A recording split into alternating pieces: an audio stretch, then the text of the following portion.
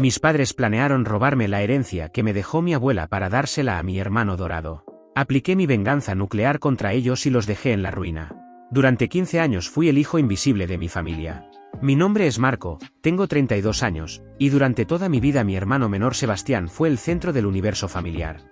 Él era el atleta, el carismático, el que siempre tenía una sonrisa perfecta para las fotos familiares. Yo era solo el hijo mayor que cumplía con sus responsabilidades sin hacer ruido.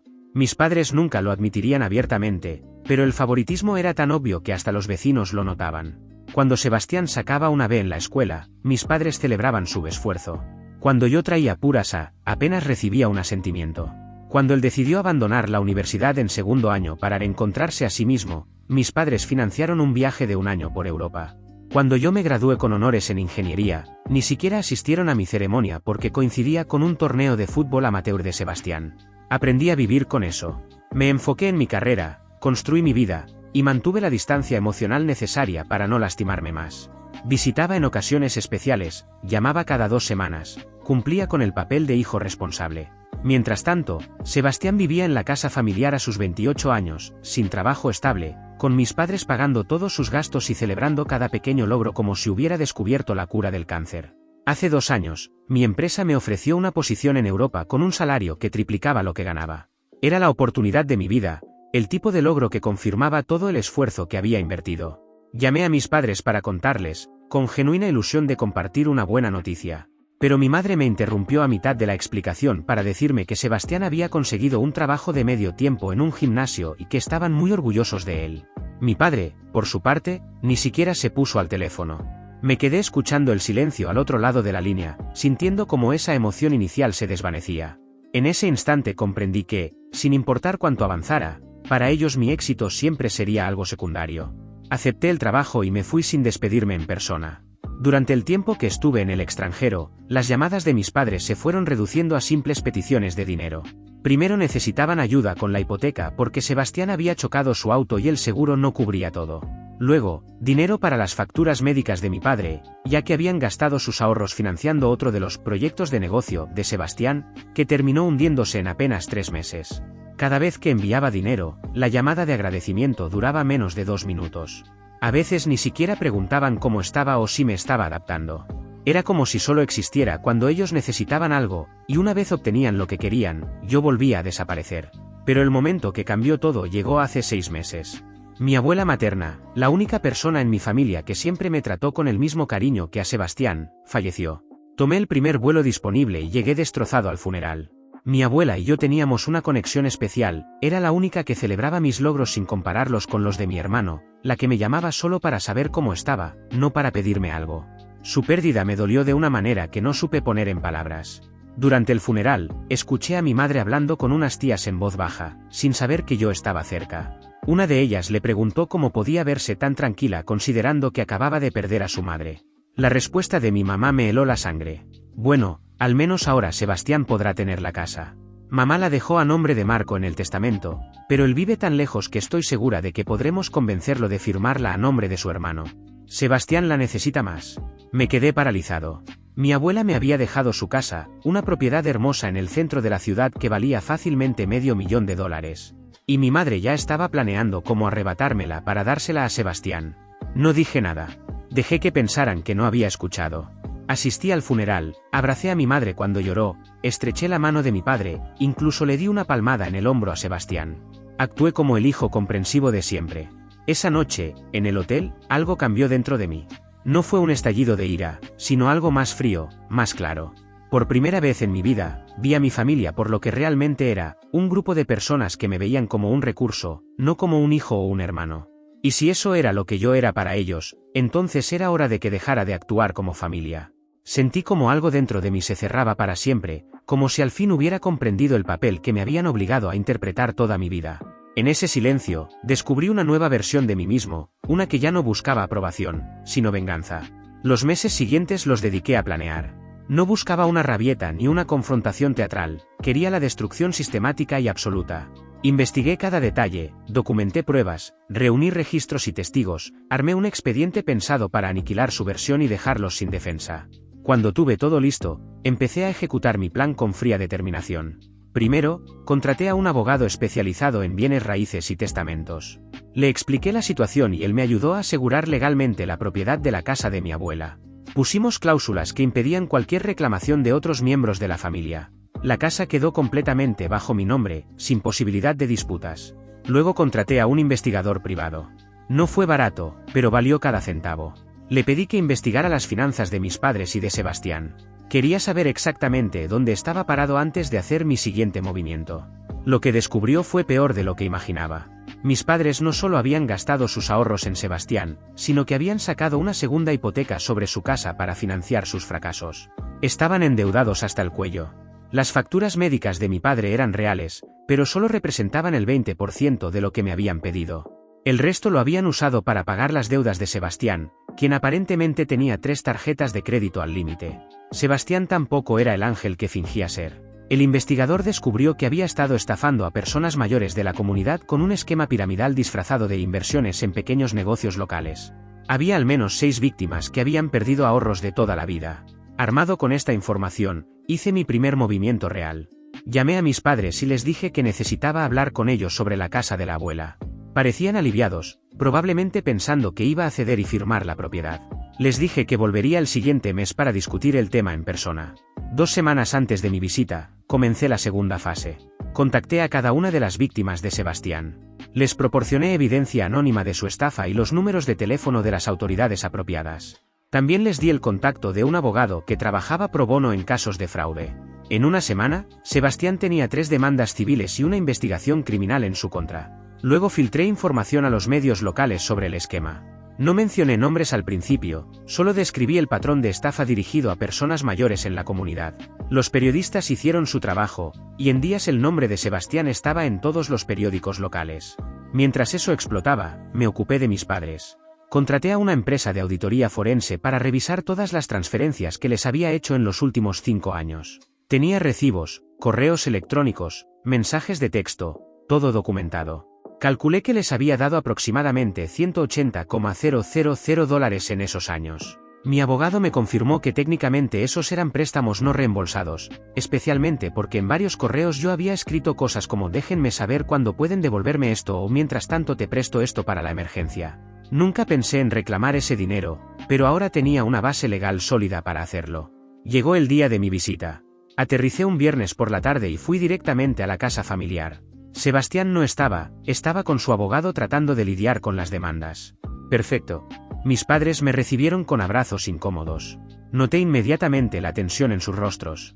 Se veían más viejos, más cansados. Mi madre había perdido peso. Mi padre tenía más canas. Nos sentamos en la sala y mi madre fue directo al punto. Marco, sobre la casa de tu abuela, hemos estado pensando que sería mejor si Sebastián. La interrumpí levantando la mano.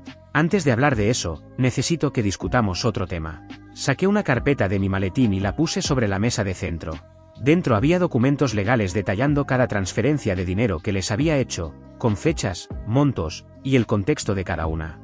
En los últimos 5 años, les he prestado $180,000. Técnicamente son préstamos no reembolsados. Mi abogado me ha informado que puedo reclamar ese dinero legalmente. El rostro de mi padre se puso rojo. ¿Préstamos? Nunca dijiste que eran préstamos. Dijiste que era ayuda familiar. Tienen todos los correos y mensajes aquí. En cada uno, yo mencionaba devolución o préstamo. Ustedes simplemente nunca devolvieron nada. Mi madre empezó a llorar. No podemos pagarte eso. Ya lo sabes. Sebastián tiene problemas y... Los problemas de Sebastián no son mi responsabilidad. He sido muy generoso durante años, y ustedes han abusado de esa generosidad consistentemente. Mi padre se levantó. ¿Cómo puedes hacernos esto? Somos tu familia. Lo miré directamente a los ojos. Familia. Interesante que uses esa palabra ahora. ¿Dónde estaba esa familia cuando me gradué con honores y ustedes ni siquiera asistieron? ¿Dónde estaba esa familia cuando conseguí el trabajo de mi vida y a ustedes no les importó? ¿Dónde estaba esa familia cada vez que Sebastián fallaba y yo tenía que pagar por sus errores? El silencio fue pesado. Tengo una propuesta simple. Me devuelven los $180,000 o inicio un proceso legal para embargar esta casa. Y antes de que digan que no pueden, sé exactamente cuánto vale la propiedad y sé que tienen suficiente equidad para liquidar la deuda si venden. Mi madre sollozaba. No puedes dejarnos sin casa. Tu padre está enfermo. Mi padre está perfectamente capaz de trabajar. Lo que está es cómodo viviendo de mi dinero. Saqué otro documento. Esto es una demanda de restitución. Tienen 30 días para comenzar un plan de pago o procedo legalmente. Y sobre la casa de mi abuela, la respuesta es no. Nunca voy a transferirla a Sebastián. De hecho, ya tengo inquilinos interesados que pagarán $3,500 mensuales. Mi padre intentó acercarse, pero lo detuve. No hemos terminado. Hay más. Saqué una tercera carpeta. Esta contenía toda la evidencia del investigador privado sobre las estafas de Sebastián. Sé que ustedes conocían las inversiones de Sebastián. Sé que incluso ayudaron a contactar a algunas de sus víctimas. Eso los hace cómplices. Por ahora, las autoridades solo están investigando a Sebastián, pero si mi nombre o mi abuela aparecen en cualquier parte de este desastre, me aseguraré de que ustedes también enfrenten cargos. El color desapareció del rostro de mi madre. No sabíamos que era ilegal. Sebastián dijo que era un negocio legítimo. Su ignorancia no es mi problema. Mi consejo es que cooperen completamente con las autoridades y se distancien de Sebastián lo más rápido posible. Me levanté y guardé los documentos. Tienen mi número. Espero la primera transferencia del plan de pago en 30 días. Si no recibo nada, nos vemos en corte. Salí de esa casa y nunca me sentí más libre. No sentí culpa alguna. Había pasado toda mi vida siendo invisible para ellos, financiando sus errores y tratando de ganarme un cariño que nunca estuvo disponible para mí. Por primera vez, entendí que no era el villano de su historia, sino el resultado de años de abandono disfrazado de familia. Si algo lamento, es no haber tomado esta decisión mucho antes. Esa misma noche, Sebastián me llamó gritando, amenazando, jurando que iba a destruirme. Su voz sonaba desesperada, más por miedo que por furia. Le respondí con calma que la llamada estaba siendo grabada y que cualquier amenaza adicional sería reportada a la policía. Colgó sin decir una palabra más. Desde entonces no he vuelto a saber de él directamente, aunque por otras personas supe que su situación empeoró mucho más de lo que él jamás imaginó. Actualización 1. Han pasado 2 meses desde mi confrontación con mis padres y las cosas se han desarrollado exactamente como planeé. Algunos me pidieron una actualización, así que aquí está. Mis padres no realizaron ningún pago en los primeros 30 días. No me sorprendió. Probablemente pensaron que era un farol, que eventualmente me ablandaría y perdonaría la deuda como había perdonado todo lo demás durante años. Se equivocaron. El día 31, mi abogado presentó la demanda formal. No fue solo por los $180,000. Incluimos intereses calculados a una tasa razonable de mercado desde el momento de cada transferencia, más los costos legales. El monto total ascendía a $215,000. La notificación legal llegó a su casa un martes por la mañana. Mi madre me llamó 20 minutos después, histérica. Entre sollozos incoherentes, pude entender que me llamaba monstruo, desalmado, que cómo podía hacerle esto a mis propios padres. No contesté esa llamada, ni las siguientes 15 que recibí ese día. Dejé que los mensajes de voz se acumularan. Todos decían lo mismo, súplicas, insultos, más súplicas, amenazas vacías. Guardé cada uno como evidencia adicional. Mi padre intentó un acercamiento diferente. Me envió un correo electrónico largo, tratando de apelar a mi sentido de familia. Describía con detalle lo difícil que había sido criarme, los sacrificios que habían hecho, como yo les debía todo lo que era. Era casi cómico. En ningún punto mencionó a Sebastián ni reconoció el favoritismo obvio que había definido mi infancia. Respondí con una sola línea: nos vemos en corte. Mientras tanto, la situación de Sebastián se deterioraba rápidamente. Las demandas civiles avanzaban y la investigación criminal había escalado. Aparentemente, el monto total de sus estafas superaba los $400,000. No era solo un esquema pequeño, era una operación que había estado corriendo por casi 2 años.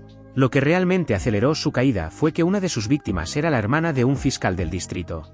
Cuando ella presentó su caso con toda la evidencia que yo había ayudado a compilar anónimamente, la investigación se convirtió en prioridad. Sebastián fue arrestado una mañana de jueves. Yo estaba en Europa, pero mis contactos locales me mantuvieron informado. La fianza se fijó en $50,000. Mis padres no tenían ese dinero, especialmente con la demanda que yo había presentado congelando cualquier posibilidad de usar su casa como garantía.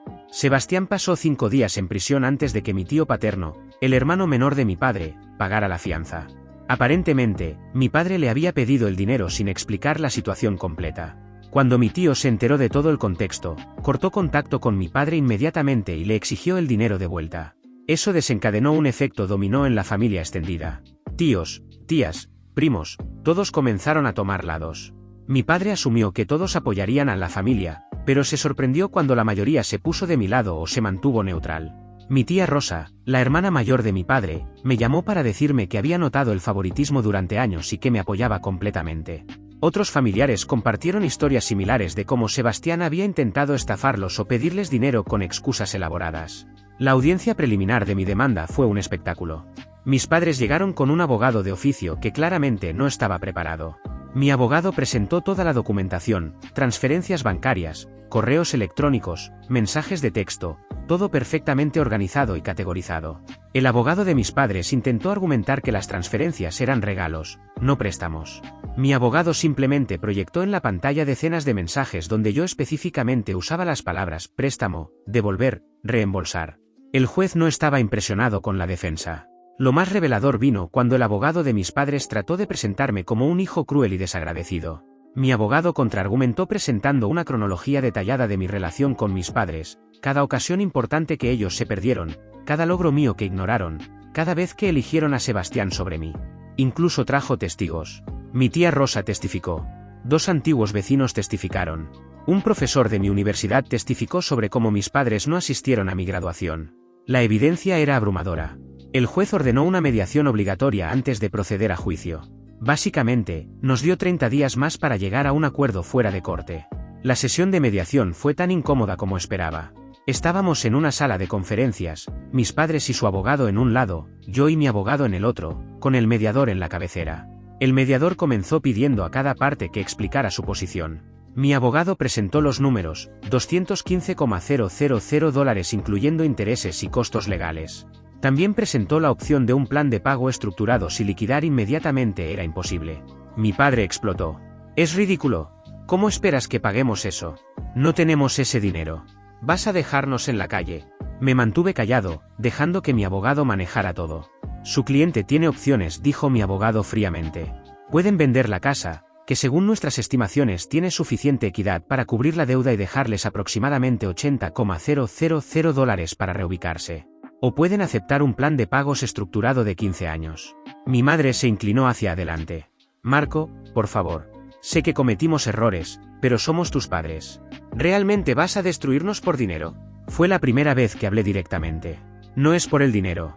Es por los 32 años de ser tratado como si no existiera. Por cada vez que eligieron a Sebastián incluso cuando él no merecía nada. Por todos los silencios, las comparaciones, y las veces que me hicieron sentir que debía ganarme un lugar en una familia que ya había decidido quién valía más. Y sobre todo, por haber planeado robarme la herencia de mi abuela cuando su cuerpo aún no se enfriaba. Esto nunca tuvo que ver con el dinero, sino con poner fin a una vida entera de desprecio». Mi padre intentó interrumpir, pero el mediador lo detuvo. «Entonces, ¿qué quieres?», preguntó mi madre. «¿Qué tenemos que hacer para que esto termine? Quiero que entiendan que tienen consecuencias. Que no pueden usar a las personas indefinidamente y esperar que sigan ahí. Pero más que nada, quiero mi dinero de vuelta y quiero que salgan de mi vida permanentemente». El silencio fue absoluto. El mediador intervino. «¿Estaría dispuesto a reducir la cantidad si sus padres aceptan ciertos términos?» Lo pensé por un momento. «Reduciré el monto a $180,000, sin intereses adicionales, bajo las siguientes condiciones. 1. Venden la casa dentro de 90 días y me pagan el total de la venta. 2. Sebastián nunca intenta contactarme nuevamente. 3. Ambos firman documentos legales renunciando a cualquier reclamo futuro sobre cualquier propiedad o dinero mío, incluyendo herencias. Y 4. No vuelven a comunicarse conmigo a menos que yo inicie el contacto». Mi madre rompió en llanto, y mi padre solo bajó la mirada, completamente derrotado. «¿Eso es todo lo que somos para ti?», preguntó mi madre entre lágrimas. «¿Solo una transacción financiera?». «Es exactamente lo que yo fui para ustedes durante más de 3 décadas», respondí sin titubear. No hubo más palabras. Aceptaron los términos esa misma tarde. Actualización final. Han pasado 4 meses desde la mediación y puedo decir oficialmente que mi venganza está completa. Esta es la actualización final porque todo ha concluido. Mis padres vendieron la casa en 75 días. No obtuvieron el mejor precio porque necesitaban cerrar la venta rápido, pero fue suficiente. Recibí mis $180,000 íntegros. Firmaron todos los documentos renunciando a cualquier reclamo futuro sobre mis propiedades. El acuerdo es legalmente vinculante e irrevocable. Se mudaron a un pequeño apartamento de 2 habitaciones en una zona más económica de la ciudad. Según mi tía Rosa, que aún mantiene un contacto mínimo con ellos, viven de la pensión de mi padre y del seguro social. Les alcanza para sobrevivir, nada más. Sebastián enfrentó juicio por fraude 3 meses después de su arresto. Con toda la evidencia en su contra y varios testigos dispuestos a declarar, su abogado le recomendó aceptar un acuerdo. Se declaró culpable de 6 cargos de fraude y fue sentenciado a 4 años en prisión estatal, más 5 años de libertad condicional. Además, se le ordenó pagar $400,000 en restitución a sus víctimas. Obviamente, no tiene ese dinero y probablemente nunca lo tendrá. Sus víctimas recuperarán apenas centavos por cada dólar, pero al menos ahora carga con un registro criminal que lo seguirá toda su vida. Lo más satisfactorio de todo esto fue algo que ni siquiera planeé. Aproximadamente un mes después de que todo terminó, recibí una llamada de mi tía Rosa. Me contó que mis padres habían tenido una discusión enorme con Sebastián mientras él esperaba el juicio. Aparentemente, mis padres finalmente confrontaron a Sebastián sobre cómo sus acciones habían destruido a la familia. Sebastián, en lugar de mostrar remordimiento, los culpó a ellos por mimarlo tanto que nunca aprendió a ser responsable. Les gritó que lo habían arruinado al nunca dejarle enfrentar consecuencias. La ironía era deliciosa. El hijo favorito finalmente les mostró el monstruo que habían creado, y ellos no pudieron manejar ver su propio reflejo. Mi madre intentó llamarme una vez después de eso, violando nuestro acuerdo. No contesté, pero guardé el registro de la llamada. Mi abogado envió una carta de cese y desistimiento. No ha vuelto a llamar. En cuanto a mí, estoy prosperando. Usé los $180,000 recuperados, junto con algunos ahorros adicionales, para comprar un segundo inmueble de inversión en Europa. Contraté a una empresa de administración de propiedades que se encarga tanto de la casa de mi abuela como de mi nueva adquisición. Entre ambas propiedades, genero aproximadamente $7,000 mensuales en ingresos pasivos. Poco después, conseguí un ascenso en mi trabajo, acompañado de un aumento considerable. También conocí a alguien especial, una mujer que, como yo, creció en una familia disfuncional y comprende perfectamente por qué tomé las decisiones que tomé. El mes pasado nos mudamos juntos, y todo ha fluido con una paz que antes no conocía. Hoy he construido una nueva familia formada por amigos cercanos, colegas y la familia de mi pareja. Son personas que eligen estar en mi vida, no las que se sienten obligadas. Son quienes celebran mis logros con sinceridad, quienes aparecen cuando los necesito y me ven como lo que soy, una persona completa, no un cajero automático. ¿Me arrepiento de algo? No. Algunos dirán que fui demasiado lejos, que la familia debe mantenerse unida sin importar qué. Pero esas personas probablemente nunca han sentido el dolor de ser invisible para quienes se suponía que debían amarte sin condiciones. Nunca han vivido la humillación de darlo todo y recibir silencio a cambio. Mi venganza no fue impulsiva, ni nacida de la ira. Fue calculada, metódica y completamente justificada. Solo apliqué las mismas reglas que ellos usaron conmigo durante décadas: transacciones, obligaciones y consecuencias. La diferencia es que yo cumplí mi parte. Ellos no. Hoy vivo a más de 8.000 kilómetros de ellos. Mi teléfono ya no suena con peticiones de dinero, ni con mensajes de voz cargados de culpa y críticas disfrazadas de preocupación. No tengo que fingir afecto en cenas familiares que siempre fueron una actuación más. Soy libre. Y esa libertad valió cada minuto de planificación, cada dólar invertido en abogados y cada segundo de aquella confrontación que puso fin a todo. No fue fácil, pero fue necesario. Para quienes viven atrapados en familias que los ven como recursos en lugar de personas, mi consejo es simple: documenten todo. Cada transferencia, cada promesa rota, cada ocasión especial que les arrebataron. Guarden evidencia. Y cuando llegue el momento, cuando tengan la fuerza y los medios, no teman cortar los lazos que los están destruyendo. La sangre no hace a la familia. Lo hacen el amor, el respeto y el apoyo mutuo. Si eso no existe, entonces solo son extraños con los que compartes ADN. Elegí mi paz, elegí mi dignidad, y elegí una vida en la que finalmente soy valorado por quien soy, no por lo que doy. No hay vuelta atrás, y no la quiero. Gracias por ver. Si aún no te has suscrito, por favor hazlo y activa la campana de notificaciones para mantenerte al día con más historias impactantes de la vida real que suceden a tu alrededor.